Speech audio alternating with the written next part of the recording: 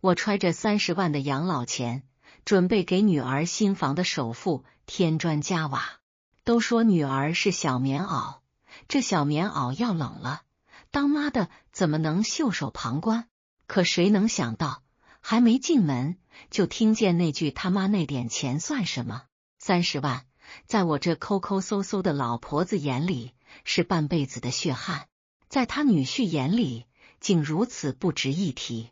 那一刻，我突然意识到，我可能不仅仅是听错了话，更是看错了人，甚至可能一直都错了。这钱我还能给吗？我转身下楼，心中五味杂陈，一场风暴似乎正在酝酿。退休后的日子像一杯温吞的白开水，平淡规律，却也少了些滋味。每天早晨雷打不动地去公园里遛弯，和老姐妹们跳跳舞，打打麻将。午后泡一杯酽茶，戴上老花镜，翻看那几张订阅了几十年的报纸，国内外的大事小情，家长里短的社会新闻，咂摸着字里行间的味道。到了晚上，电视机是唯一的伴儿，新闻联播，天气预报，偶尔看看那些家长里短的电视剧，看着看着就容易打盹。生活像一条缓慢流淌的河，波澜不惊，可心里头总有一根弦绷着，那就是远嫁的女儿刘云，她是我这辈子最大的牵挂。这天下午刚看完报纸，电话铃就响了，是刘云。电话那头，女儿的声音带着压抑不住的喜悦，像春风拂过冰面，乍然裂开一道欣喜的纹路。妈，我们看中一套房子，地段、户型都挺好的，准备定下来了。我心里也跟着高兴，连声说好。好事啊，总算要有个自己的窝了，稳定下来就好。可没说几句，刘云的声音就低了下去，那点喜悦很快被一层忧虑覆盖，像阳光下的薄云，遮住了光亮。就是首付还差点，压力有点大。他没明说差多少，也没直接开口要钱，但那语气里的犹豫和一丝不易察觉的期盼，像根细小的针，轻轻扎在我心上。我嗯了几声，没多问。知道了，你们先看着办，别太累着自己。挂了电话，屋子里又恢复了寂静。窗外的阳光懒洋洋地洒在地板上，切割出明暗的光影，像我此刻复杂的心情。女儿要买房是天大的喜事，我这当妈的哪有不高兴的道理？可那句压力有点大，像一块石头沉甸甸地压在我心口。这年头，房子就像孙悟空头上的紧箍咒，年轻人个个都念着咒，疼得龇牙咧嘴，但又不得不往里钻。我能帮多少？脑子里开始飞快地盘算起来。退休金每个月固定那么多，日常开销省着点花，也攒不下多少。大头还是老伴儿走之前，我们俩省吃俭用攒下的那笔养老钱。女儿啊，就是我这辈子的软肋，也是铠甲。他皱一下眉，我这心就跟着揪起来。他要是高兴了，我感觉自己也能年轻10岁，不能让他为了钱愁眉苦脸的。帮，必须帮。我从床底下那个上了锁的旧木箱里翻出了那几本存折。箱子打开时，一股淡淡的樟脑丸味道混合着旧纸张的气息扑面而来，那是时光的味道，也是记忆的味道。存折的封面已经有些泛黄，边角也起了毛边，上面用娟秀的字迹记录着每一笔微薄的收入和支出。这是我和老伴儿大半辈子的心血。老伴儿走得早，那时候云云还在上大学，家里正是用钱的时候。他总说，老伴，咱们得给孩子多攒点，以后她嫁人了，咱不能让她在婆家受委屈。她自己舍不得吃，舍不得穿，一分钱恨不得掰成2半花。灯光下，我妈撒着存折上那些熟悉的数字，仿佛又看到了老伴儿灯下记账时专注的侧影，听到了他满足的叹息。这笔钱原本是打算留着自己养老的，万一哪天身体不行了，住院看病，请个护工，总得有点保障。钱这东西，生不带来，死不带去，但活着的时候，它就是胆，就是底气。可闺女比胆重要，比底气更值钱。我拿出笔和纸，颤颤巍巍地计算着定期、活期、利息，每一笔都算得清清楚楚。最后，我狠了狠心，在纸上写下了一个数字：30万。这几乎掏空了我所有的积蓄，只留下了一点点应急的活钱。说实话，心里不是没有一丝不舍和不安。这钱拿出去了，我晚年的保障就薄了许多。万一不敢再想下去，但转念一想，女儿能有个安稳的家，脸上能多点笑容，这点牺牲又算得了什么？我长长的舒了一口气，像是卸下了一个沉重的包袱，又像是做出了一个无比重要的决定。心里那点不舍很快被对女儿未来的期盼所取代，仿佛已经看到女儿拿到钱时惊喜的表情，看到她和女婿在新房子里幸福生活的模样。值了。第二天，我去银行把钱取了出来，30沓崭新的钞票，用一个厚实的黑色塑料袋装着，外面又套了一个普通的布袋子，沉甸甸的，压在手上，更压在心上。拎着这30万，感觉像拎着半辈子的希望。女儿啊，妈能帮你的也就这么多了。坐公交车去女儿家的路上，我的心情像窗外飞驰而过的风景，既期待又有点忐忑。期待女儿看到钱时的惊喜，又隐隐担心女婿田刚会怎么想。都说女儿是招商银行，我看我家这个更像建设银行，从小到大见的都是我的心血。到了女儿家楼下，我深吸一口气，整理了一下衣服，努力让自己的表情看起来轻松自然。按响门铃，很快门开了，是女儿刘云。她穿着家居服，头发随意的挽着，脸上带着一丝掩饰不住的疲惫，眼下还有淡淡的黑眼圈。看到我，她先是一愣，随即脸上绽开笑容。妈，您怎么来了？目光落在我手里那个鼓鼓囊囊的布袋上时，她的眼睛明显亮了一下，那笑容里也掺杂了几分了然和期待。来看看你们，我笑着说，举了举手里的袋子，顺便给你们带了点东西。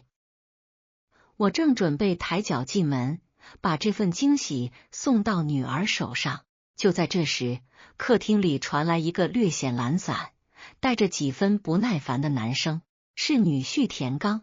那声音不高，却像一把钝刀子，在我心头划过，让我迈出的脚步瞬间僵在了门槛外。买个房而已，天天唉声叹气的，给谁看呢？田刚的声音隔着门传来，语气里的抱怨和不屑像针一样扎耳。客厅里似乎安静了一瞬，我能想象到女儿此刻尴尬的表情，她大概是想阻止田刚继续说下去。果然，听到刘云压低了声音，似乎说了句什么，带着点恳求和无奈。别说了，声音太小，我听不太真切。但田刚显然不领情，反而拔高了声音，带着一种莫名的烦躁和理直气壮。怕什么？实话实说而已。就咱们这条件，想买那套房子，本来就够呛。他的声音在不算大的客厅里回荡，清晰地传到了门外的我耳中。我握着门把手，手指不自觉地收紧，骨节微微发白。屋里的空气仿佛凝固了。接下来的一句话像一道惊雷，毫无征兆地劈在我头顶，把我所有的期待、欣慰和母爱瞬间劈得粉碎。再说了，就算他妈能帮点，又能怎么样？田刚顿了顿，那语气里的轻蔑和不以为然，如同淬了毒的冰锥，狠狠刺穿了我的耳膜，直抵心脏最深处。他妈那点钱算什么？杯水车薪，根本解决不了问题。杯水车薪，那点钱算什么？这几个字如同重锤，一下下砸在我的心上，砸得我头晕目眩，气血翻涌。30万，那是我和老伴儿一辈子省吃俭用，抠抠搜搜攒下来的血汗钱，是我盘算了又盘算，犹豫了又犹豫，最终为了女儿的幸福，狠心掏出来的全部家当。在他眼里，竟然只是那点钱，竟然算什么？竟然是杯水车薪。我这辈子最讨厌的就是被人看扁，尤其是被一个我掏心掏肺对待的晚辈指着鼻子说那点钱叔可忍，婶婶也不能忍。感情我这老婆子的血汗钱，在他眼里连个响都听不见，合着我就是那井底之蛙，不知道天高地厚。一股难以言喻的愤怒和屈辱感瞬间冲垮了理智的堤坝，我的脸颊烫得厉害，心脏在胸腔里疯狂地跳动，撞击着肋骨，发出沉闷的响声。我的手僵在半空中，那个准备推门的动作仿佛被按下了暂停键，指尖冰凉，连带着整个身体都开始微微发抖。拎着那袋钱的手突然觉得有千斤重，沉甸甸的往下坠。屋里彻底安静了下来，死一般的寂静。我能想象到女儿此刻煞白的脸色和无措的眼神，她肯定也听到了田刚的话。这突如其来的沉默，像一块巨大的石头，堵在门口，堵在每个人心口，尴尬而凝重。空气中弥漫着一种无声的硝烟味。我深吸一口气，胸腔里却像是堵着一团棉花，憋闷得厉害。那股冲进去质问的冲动，最终被一种更深沉的失望和心寒压了下去。进去说什么？争辩我的钱不是那点钱？质问他为什么如此不知好歹？还是看着女儿夹在中间左右为难？没必要了，真的没必要了。那一刻，我感觉自己像个小丑，兴冲冲地捧着一颗真心，却被人当成垃圾一样嫌弃地踢到一边。这滋味真是比吃了苍蝇还恶心。30万买不来尊重，买不来真心，甚至买不来一句好话。这钱给出去，怕是打水漂都听不见响。我默默地松开了握着门把的手，转过身，一步一步走下楼梯。脚步声在空旷的楼道里回响，显得格外清晰，又格外沉重，仿佛什么都没发生，又仿佛一切都变了。那扇紧闭的门，隔开的不仅仅是2个空间，更是2颗已经无法靠近的心。下楼的时候，阳光透过楼道的窗户照进来，在布满灰尘的台阶上投下斑驳的光影，晃得我眼睛有些发酸。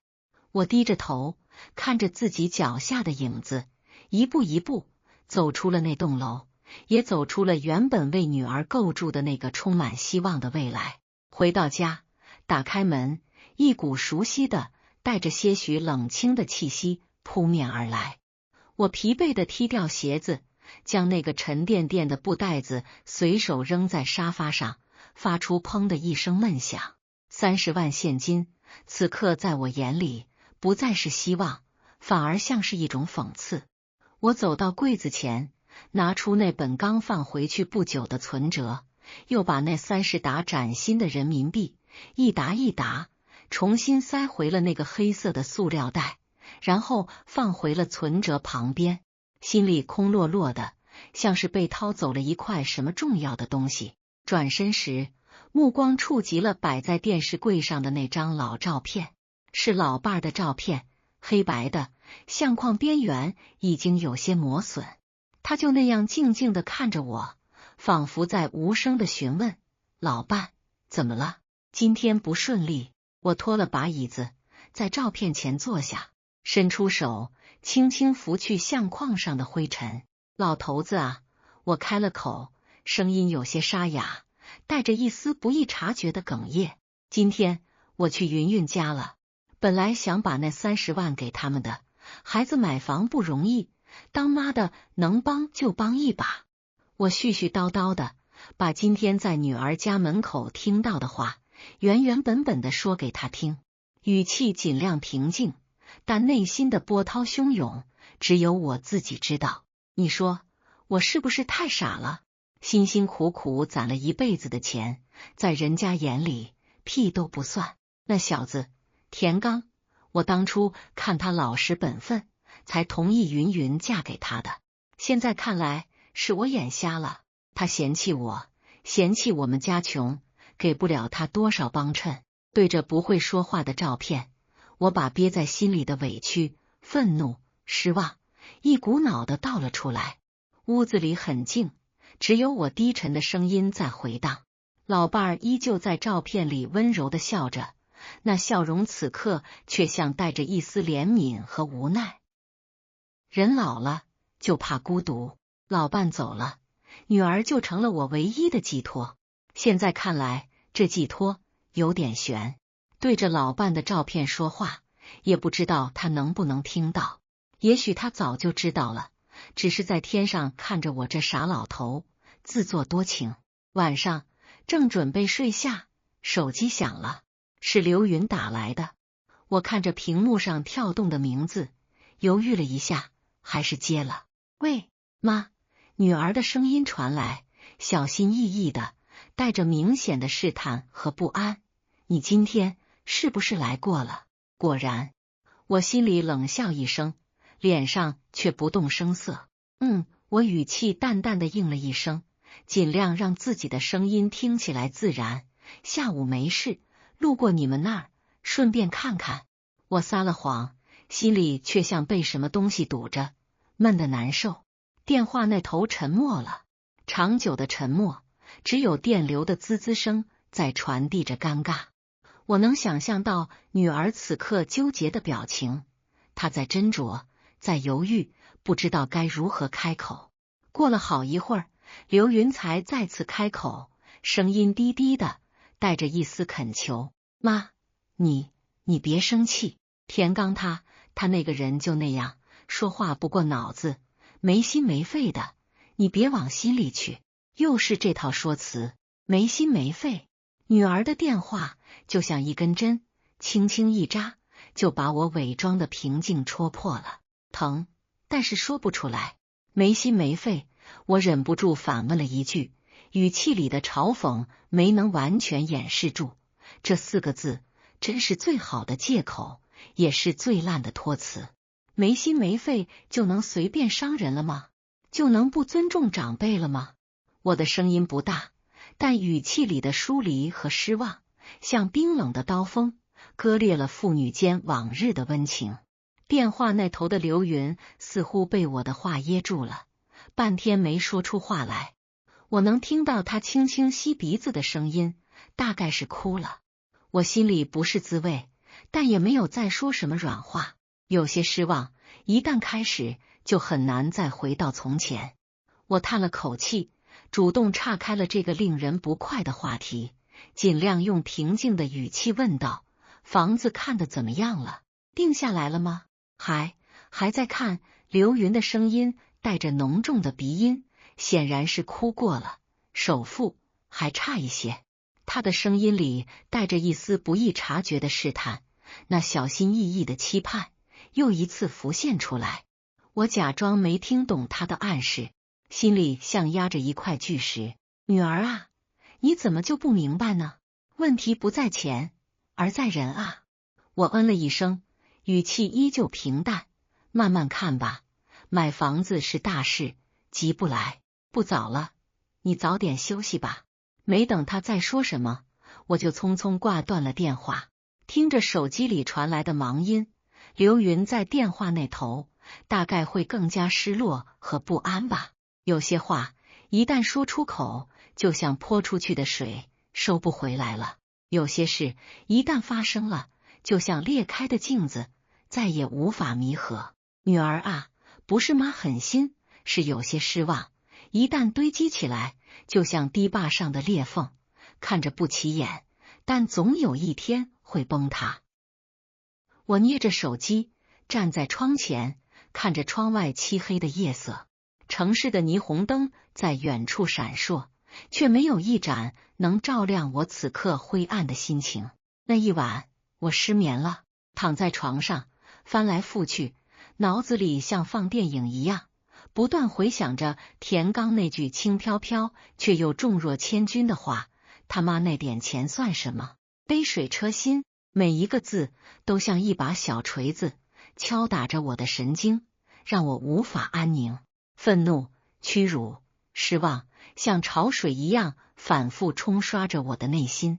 我开始反思，是不是一直以来，我对女儿、对这个女婿都太迁就、太纵容了？想起当初他们结婚的时候，田刚家条件一般，父母都是普通工人，说是拿不出多少钱，彩礼什么的象征性的给了一点，几乎可以忽略不计。婚房的首付，他们家更是一毛不拔，找各种理由推脱。最后还不是我和老伴咬着牙拿出了大半辈子的积蓄，给他们在城里付了首付，房产证上写的还是他们小两口的名字。当时只想着，只要女儿过得幸福，我们老两口吃点亏不算什么。现在想来真是可笑，我的付出，我的退让，在人家眼里似乎都成了理所当然，甚至成了他可以轻视我的资本。人呐，就是犯贱，对别人太好，别人反而觉得理所当然，甚至蹬鼻子上脸。我这老好人当的真是窝囊。都说丈母娘看女婿越看越欢喜，我现在看女婿是越看越来气。这女婿怕是上辈子欠我的，越想越气，越想越觉得窝火。那30万，我辛辛苦苦攒下来的养老钱，凭什么要给这样一个不知好歹、不懂尊重的人？不行，这口气我咽不下去。我攥着手机坐在黑暗里，窗外的月光像把银梳子，却梳不开我乱成麻的心。存折上的数字在月光下泛着冷光，那是我和老伴儿在菜市场为了几毛钱讨价还价的省吃俭用，是他在工地扛水泥袋磨破了一双又一双手套才换来的积蓄，现在却被人轻描淡写的说成杯水车薪。第二天清晨，我早早去了银行，把30万转成定期存单，又额外取出5万现金。当银行职员问我是否需要理财建议时，我盯着玻璃柜台上自己的倒影，这个总把头发梳得一丝不苟的老太太，眼神里终于有了多年未见的锐利。我先去了房产中介，接待我的小王是个机灵的年轻人，看到我拿出的存单，眼睛都亮了。阿姨，您这预算完全可以全款买套小公寓，现在很多老小区的一室户正在抛售，地段好还带学区。我在心里盘算着，最终看中了离女儿家3公里外的老小区。房子虽然只有50平，但朝南的窗户能照进一屋子阳光，楼道里贴着新换物业的通知，楼下还有个小花园。签合同那天，小王小心翼翼地问：阿姨，这房子写您自己的名字？我把老花镜往鼻梁上推了推，嘴角勾起一抹讽刺的笑。当然，难不成写我那个嫌弃我钱少的女婿？这话让办公室里几个年轻职员都愣住了。小王尴尬地笑了笑，赶紧低头继续敲键盘。房子过户后，我没告诉女儿，但该做的事一件也不能少。我联系了装修队，特意选了环保材料。看着工人把老旧的地板撬开，我突然想起当年给女儿装修婚房时，田刚斜倚在门框上，用皮鞋尖不耐烦地敲打着地面。这瓷砖太土气了，和我兄弟家的没法比，必须换进口的。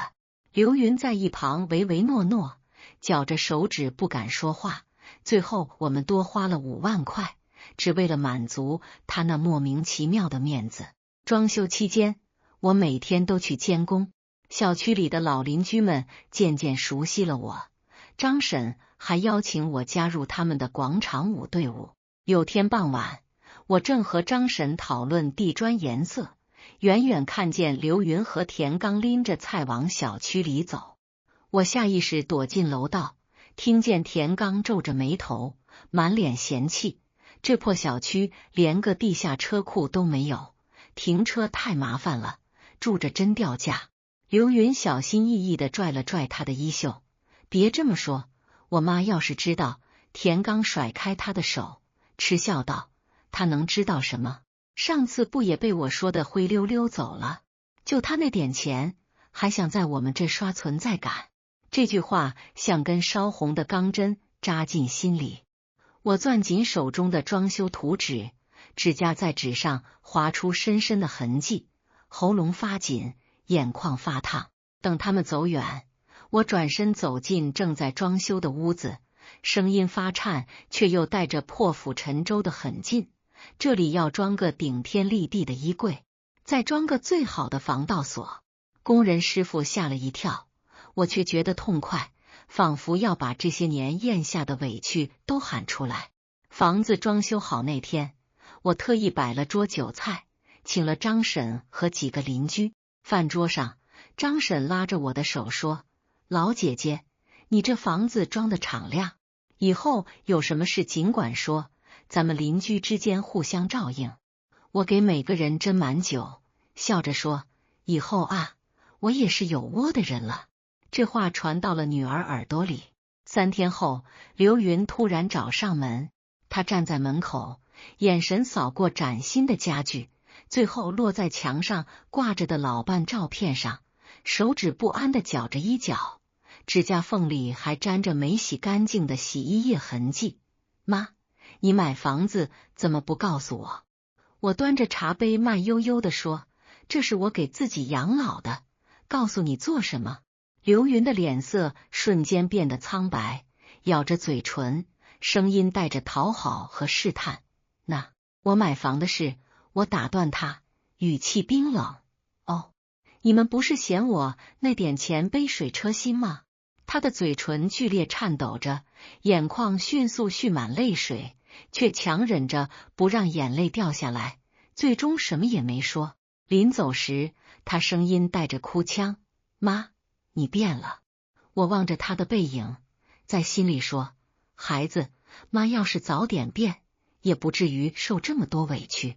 但事情远没有结束。半个月后，我接到社区电话，说有人举报我房子违规改造。我赶到时，看见田刚双手插兜，斜靠在楼道墙上，脸上挂着挑衅的笑，旁边站着物业和几个陌生的工作人员。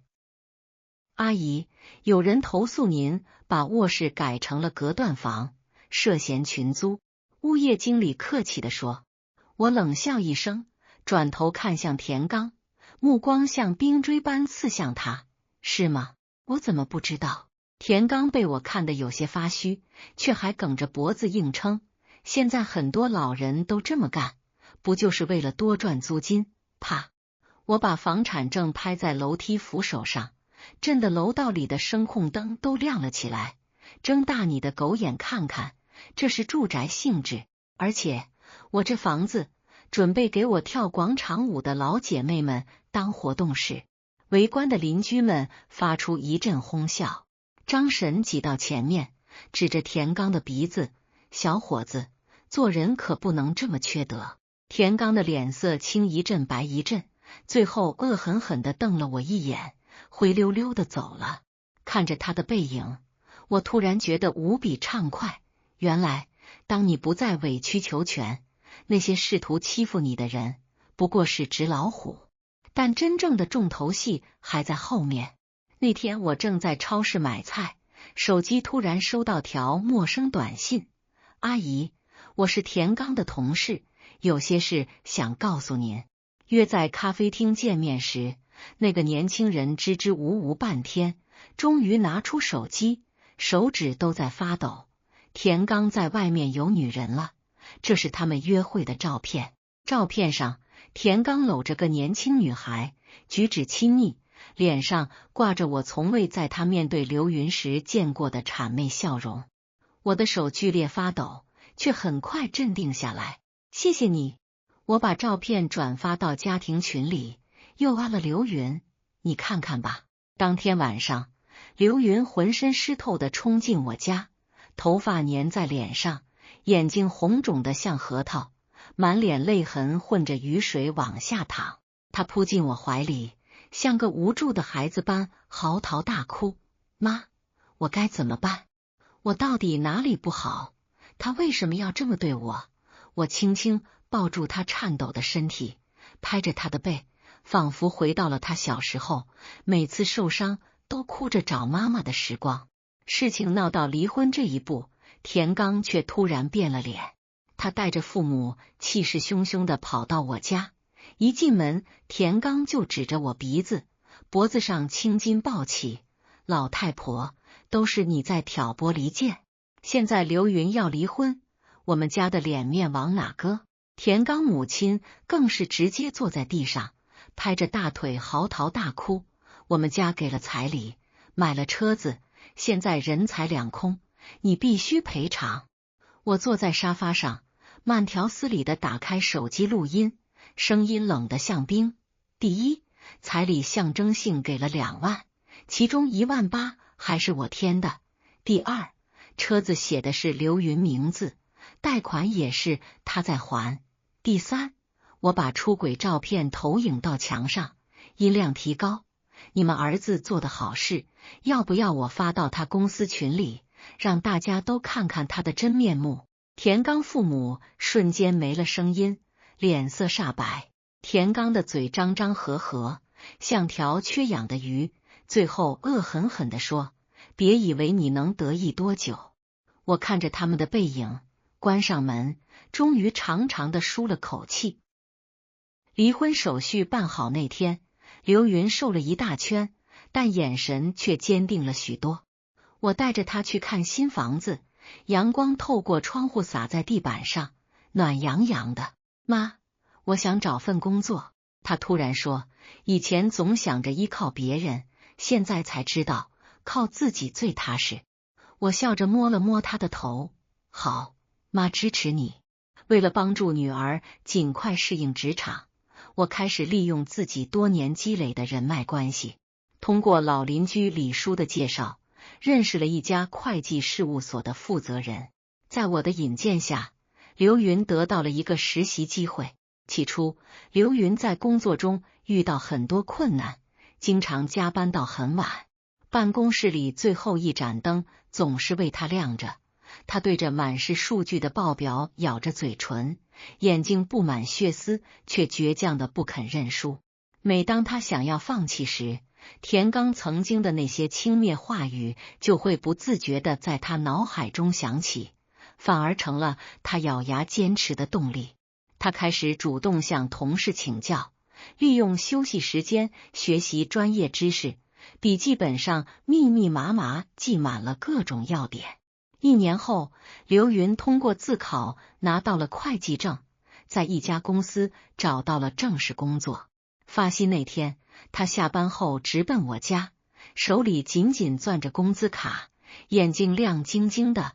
妈，这是我第一次靠自己挣的钱，给你买了新衣服，还有按摩仪。我摸着崭新的羊毛衫，看着他因为加班而消瘦却神采奕奕的脸，终于忍不住红了眼眶。与此同时，我的老年生活也过得丰富多彩。在张婶的带领下，我们成立了社区老年舞蹈队，每周固定时间排练，还经常参加社区组织的文艺演出。有次演出结束，主持人特意请我分享生活感悟。我站在聚光灯下，望着台下为我鼓掌的女儿，声音坚定：人生什么时候开始都不晚，重要的是学会爱自己。现在的我们每天都会通电话分享生活，周末时刘云会带着亲手做的点心来陪我，我们一起在厨房里包饺子，他哼着割剁肉馅，案板上的面粉粘在我们脸上，像岁月给的勋章。窗外的月光依旧皎洁，却洒满了温暖。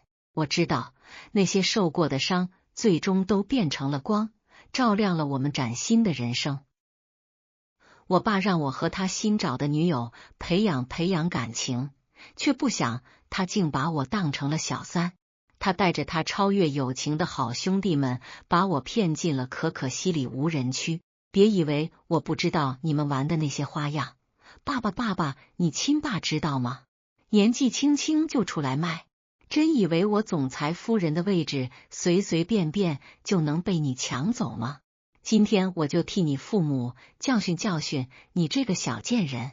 他揪着我的头发，把我拽到车外，逼我跪下承认自己的小三身份，指使他的兄弟们对我肆意侮辱打骂。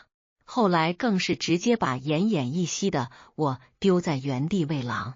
被路过的车队救下后，我第一时间联系了爸爸，想做总裁夫人，做梦去吧。进入无人区之后，刘梦娜态度变得奇怪起来，先是嘲讽我身上知名设计师的高定式的货，又拿出好几个小三被原配狠狠教训的例子侃而谈。说到精彩处，他的好兄弟们纷纷拍手高声喝彩。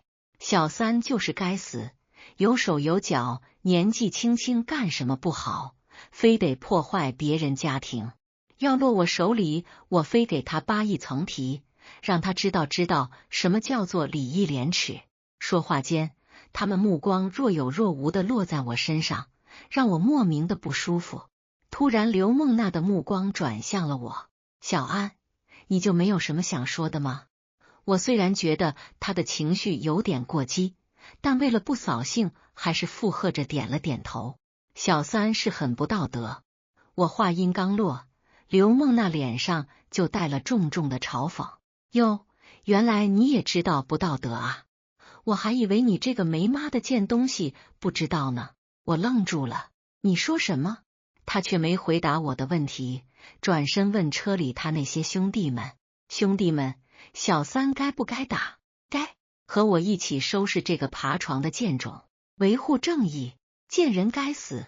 在一声声贱人的谩骂声中，车内情绪攀到了顶峰，所有人都红着眼睛咬牙切齿，似乎真的有那么一个小三，等着他们去教训、咒骂、挫骨扬灰。我愣愣地坐在座位上，看着外面越来越荒凉的景色，一种不好的预感越来越近。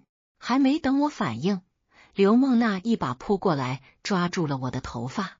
她毛骨悚然的尖叫声重重地划过我的耳膜。周月安，你这个贱人，我让你爬床，今天我就把你打得让你妈都不认识。她眼中是歇斯底里的疯狂，重重的躯体把我死死地压在座位下。我从小体弱，被这一下压得喘不上来气，只能气喘吁吁的解释，我听不懂你在说什么。我爸让你照顾我，你这样对我不怕我爸生气吗？回应我的是刘梦娜狠狠的一巴掌。小贱人，到现在还在跟我演戏，年纪小玩法倒挺花花，爸爸叫的挺溜啊。你亲爸知道你给人当小三吗？面对他狰狞的神色，我使劲摇头。什么亲爸后爸？你在胡说什么？我现在连男朋友都没有，就算是以后联姻，也只会找年龄相差不大的单身青年。他一把掐住我的脖子，还撒谎。旁边一个男人用轻蔑的眼神扫了我一眼，谎言说多了，自己也当真了。幸好我早就见过江家千金，不然那还真被你这个骚货骗到了。贱人，让你年纪轻轻不学好，爬床竟然爬到那老公这来，我们哥几个今天就给你一个教训。今天不让你跪着求饶，哥几个就不是混道上的。我使劲掰着他钳住我脖子的手，拼命嘶吼：江胜和是我亲爸，我是他亲女儿，现在放开我，我就不和我爸告状。刘梦娜冷哼一声，手下的力道更狠了。看吧，我就说他不会承认，小小年纪就爬床的能是什么好东西？江总的亲女儿前几天还在 Z 国参加拍卖会，真不知道谁给你这个贱货的勇气撒这种弥天大谎。说着，他疯狂地在我身上又打又掐，后排他的几个兄弟狠狠地拽着我的胳膊腿，不给我任何反抗的机会。我努力捂着头，试图用法律震慑他们。现在立刻停手，这是故意伤害，要负法律责任的。刘梦娜冷哼：“你一个小三本来就不道德，法律也只会站在我这个正妻一边。况且，你当这是什么地方？”随着他的声音，车轮发出嘎吱一声，越野车在荒凉的无人区唰的熄了火。他一边拖拽着我的头发，把我从车里拽出来丢到地上，一边打开手机录像。前排开车的男人拽着我的头发，把我摁在地上，吹了声口哨：“欢迎来到可可西里无人区，没教养的小婊子，这800里内都没有人会来救你，知道了吗？知道了，就现在立刻跪下给娜娜求饶。”身上被沙粒割得发疼，男人的手像是一座山重重的钳在我的肩膀上，眼泪扑簌簌的就掉了下来。我从小就是江家说一不二的千金，爸爸爷爷奶奶都把我当眼珠子一样疼。我什么时候被人这样打过？即使因为身体原因常年生活在国外，爸爸也没有少过给我的爱。他是个女儿奴，为了我10几年没有再婚。他和刘梦娜的事也是我几次劝说才成。我本以为爸爸口中的刘梦娜温和美丽，有她的陪伴，爸爸一定会越来越好，却不想她根本就是一只喷着毒液的美人蛇。我让你跪着认错，没听见吗？认错！见我久久没有开口，身后的男人不耐地对着我的脸就是狠狠的2下，左右开弓，让你认错。我没有错。我咽了一口掺杂着血腥味的唾沫，努力抬起头对上他的眼睛。你们可以看我的手机，里面至少有10年的聊天的记录。我就是江胜和的女儿。看着我笃定的态度，刘梦娜的某个兄弟犹疑着从车里找到我的手机。娜娜，是不是我们搞错了？她该不会真的是江总的亲女儿吧？钳制我肩膀的手松了一瞬，却没想刘梦娜只是看了一眼聊天记录，就发狂似的把我的手机狠狠地摔在地上。贱人，宝贝儿，宝贝儿叫的你挺享受啊！瞧瞧，这开房记录都在这儿呢，你还狡辩什么？还真以为江总会像保护女儿一样保护你？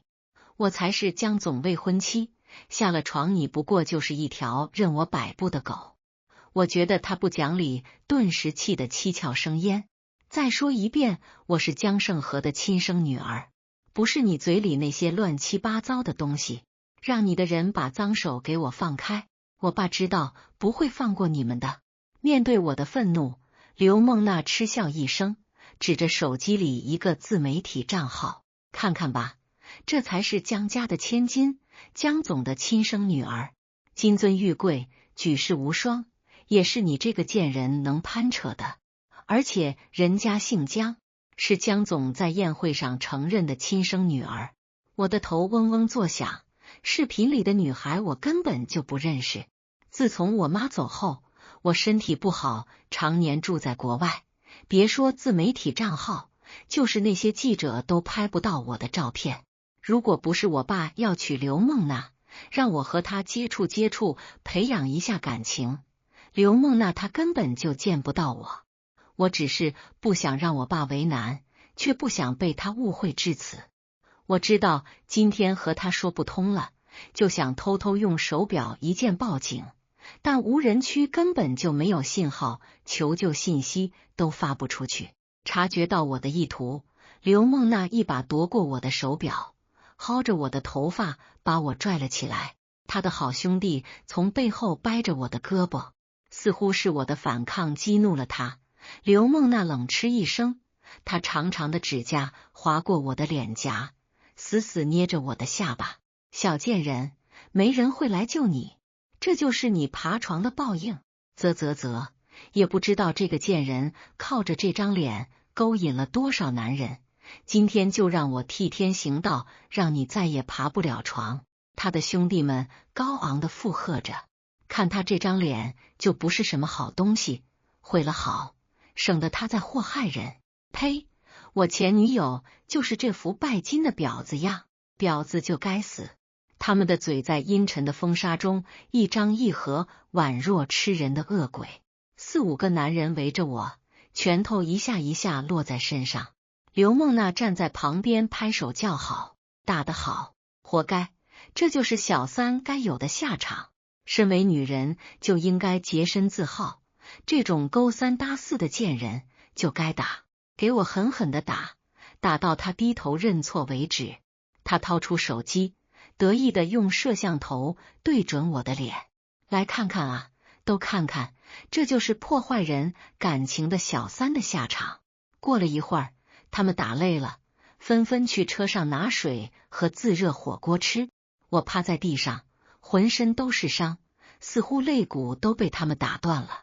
其中一个男人喝了一口水，用手扯着我的衣服，娜娜，你还别说，这小婊子身材挺好啊。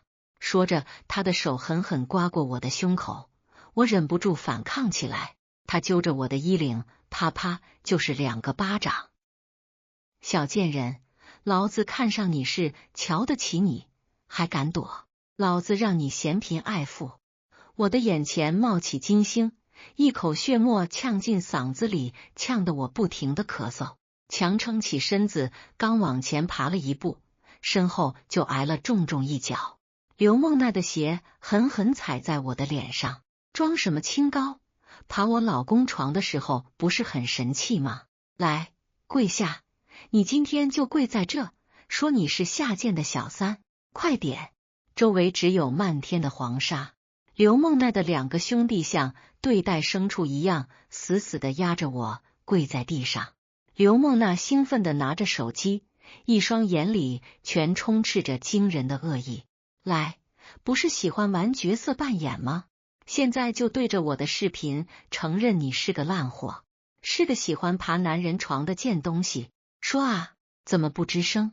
见我久久没有开口，刘梦娜把手机扔给他兄弟，一把掐住我的后背，把我的脸压在沙子里，唇角被撕裂，带着土腥味的沙子被塞了满嘴。我哑着嗓子不停的干呕，喉咙早已发不出声音。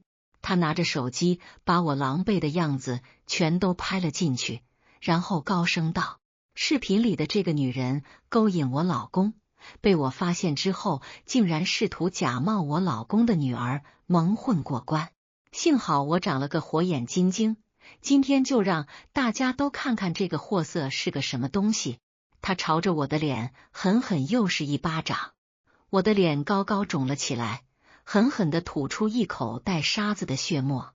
我浑身颤抖，艰难地抬起头，生理泪水从眼角溢出。我攥着拳，声音发颤：我不是，我没有。话音未落，他又狠狠地朝我打了一巴掌。贱货，还嘴硬！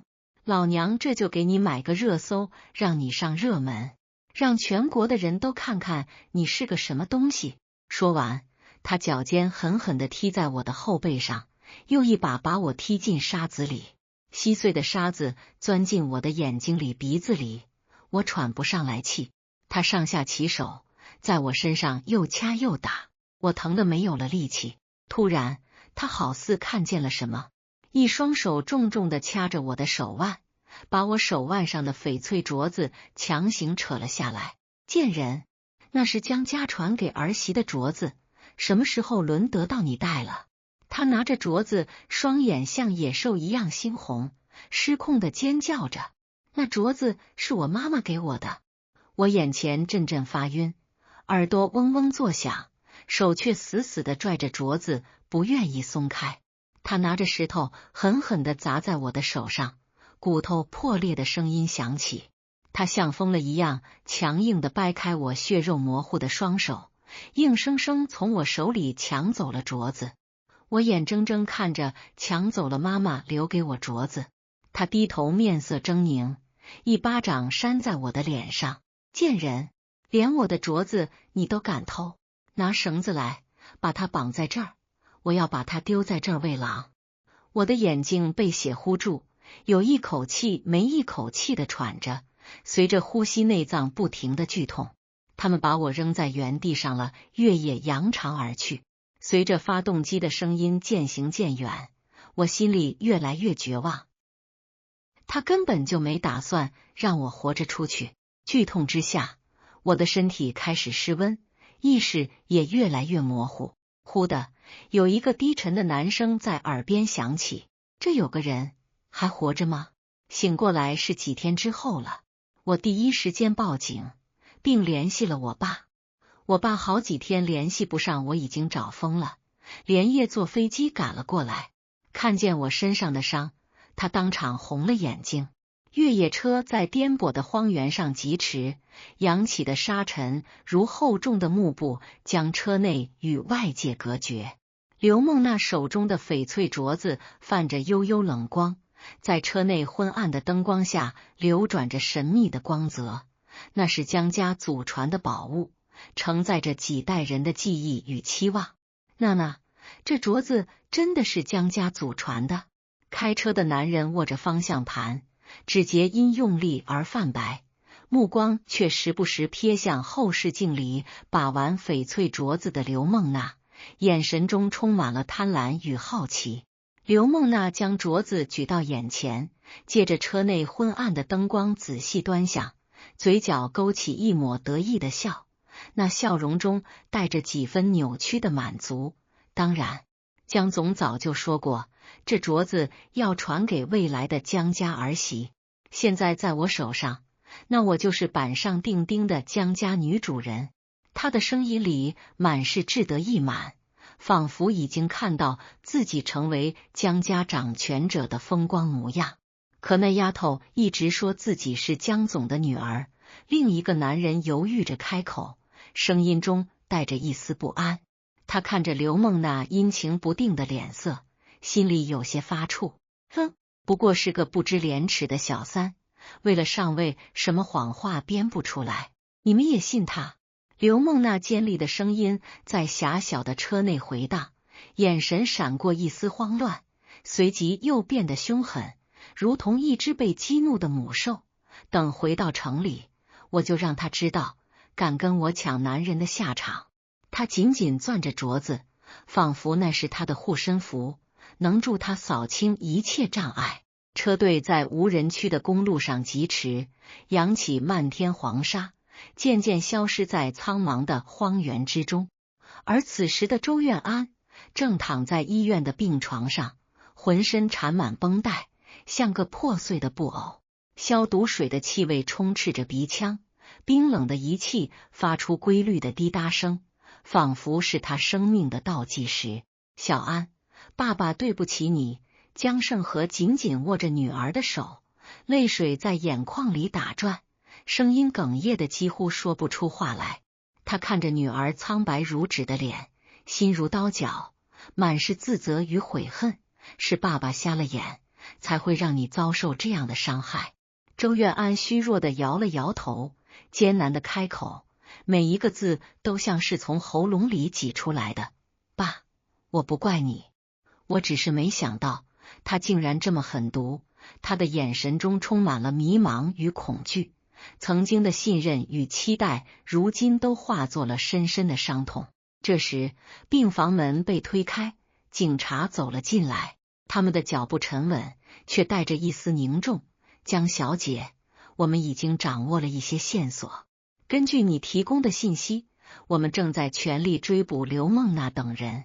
不过，现在有个棘手的问题，刘梦娜那边似乎也掌握了一些对他们有利的证据。什么证据？江胜和眉头紧皱，眼神中透露出一丝不安，身体不自觉的前倾，似乎想要立刻知道答案。他们声称，江小姐，你有一个自媒体账号，还发布过一些与江总关系亲密的暧昧内容，以此证明你才是破坏他们感情的小三。警察如实说道，语气中带着一丝无奈。周月安的眼中闪过一丝诧异，随即冷笑出声，笑声中带着无尽的讽刺与悲凉。荒谬！我根本就没有什么自媒体账号，这明显是他们伪造的。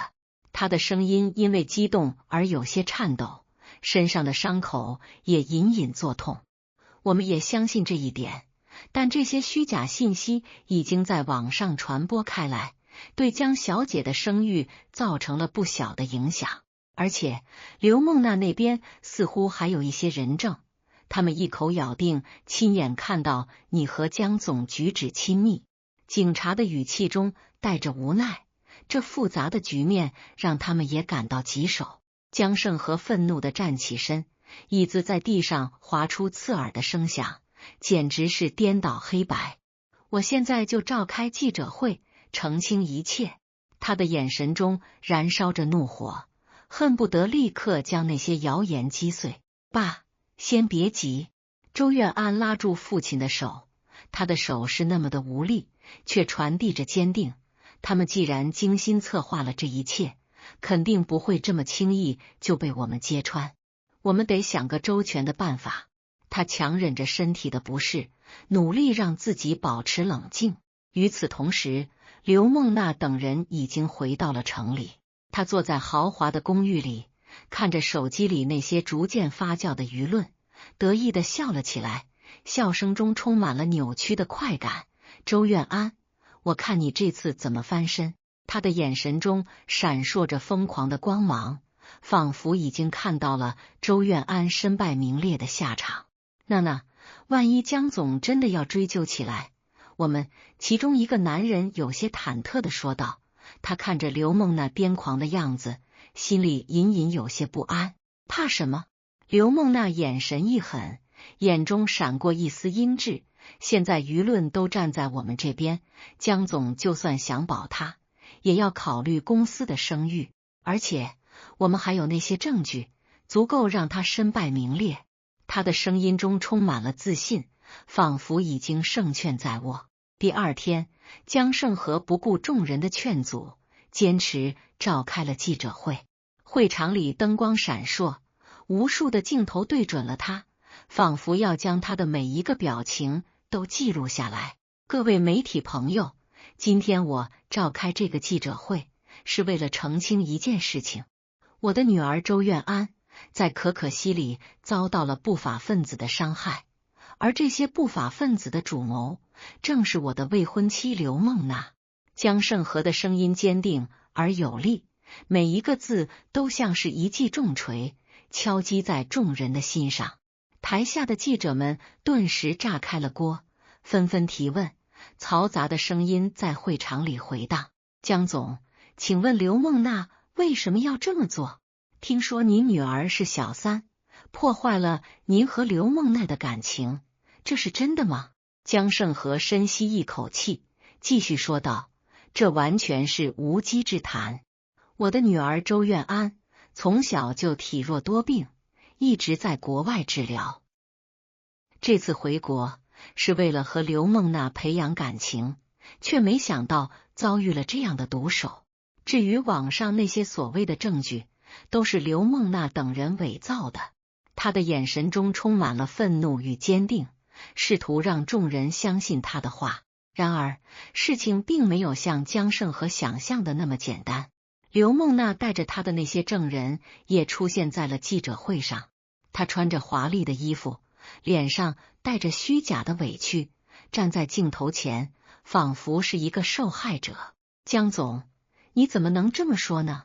刘梦娜装出一副委屈的样子，声音颤抖，眼中还挤出了几滴眼泪。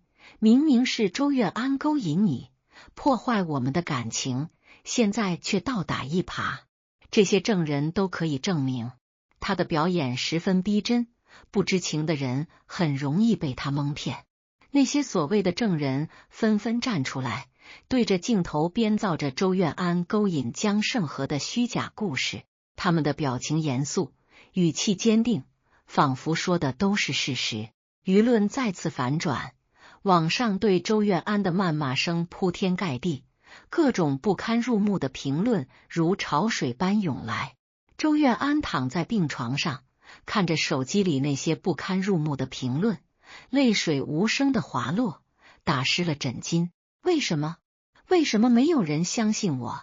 他的声音充满了绝望，仿佛被全世界抛弃。江胜和看着女儿痛苦的样子，心疼不已。他紧紧握着拳头，指甲几乎要掐进手掌里，暗自发誓，一定要让刘梦娜等人受到应有的惩罚。就在这时，周愿安突然想到了什么，他的眼神中闪过一丝希望的光芒。爸，我记得在被他们带走之前，我偷偷录下了一段视频，虽然只有几秒钟，但里面有刘梦娜他们说话的声音，或许可以作为证据。江胜和眼睛一亮，仿佛在黑暗中看到了一丝曙光。真的吗？太好了，我们马上把视频交给警察。他的声音中充满了激动，仿佛已经看到了胜利的希望。警察拿到视频后，立刻展开了进一步的调查。他们通过技术手段对视频进行了分析和处理，确认了视频的真实性。与此同时，周愿安的一位好友在调查自媒体账号时，发现了一些线索。原来，那些虚假内容都是通过一个黑客团队制作并发布的，而这个黑客团队和刘梦娜的一个兄弟有着密切的联系。证据链逐渐完整，警察开始对刘梦娜等人进行抓捕。刘梦娜得知消息后，惊慌失措的想要逃跑。她精心打扮，试图伪装自己，却掩饰不住眼中的恐惧。她找到江胜和，试图用眼泪和甜言蜜语挽回局面。江总，我错了，我都是被他们骗了，只要你放过我，我什么都听你的。刘梦娜跪在地上，拉着江胜和的裤腿，脸上满是泪痕，声音中充满了乞求。江胜和厌恶地甩开他的手，眼神中充满了失望与愤怒。刘梦娜，你太让我失望了，你不仅伤害了我的女儿，还试图用这种卑鄙的手段来达到自己的目的。你以为这样就能逃脱法律的制裁吗？他的声音冰冷如刀，刺痛了刘梦娜的心。最终，刘梦娜等人被警方成功抓获。在确凿的证据面前，他们不得不承认了自己的罪行。然而，事情并没有就此结束。虽然真相大白，但周愿安受到的伤害却无法轻易抹去。那些曾经的谩骂和指责，就像一把把利刃，深深刺痛着他的心。在法庭上，刘梦娜依然试图为自己辩解。她站在被告席上，眼神闪烁。法官大人，我也是一时糊涂，被嫉妒冲昏了头脑。我知道错了，求您从轻处罚。他的声音里没有一丝真诚，只有对惩罚的恐惧。周愿安看着刘梦娜虚伪的样子，心中一阵冷笑。他强撑着身体站起来说道，声音虽然虚弱，却充满了力量。刘梦娜，你以为一句一时糊涂就能掩盖你的罪行吗？你知道我在无人区遭受了怎样的折磨吗？你知道那些谣言对我的生活造成了多大的影响吗？你根本就没有悔意，你只是害怕受到惩罚。他的眼神中充满了仇恨与痛苦，那些在无人区的噩梦般的经历，是他永远无法忘却的伤痛。最终，刘梦娜等人因故意伤害、诽谤等罪名，被判处了相应的刑罚。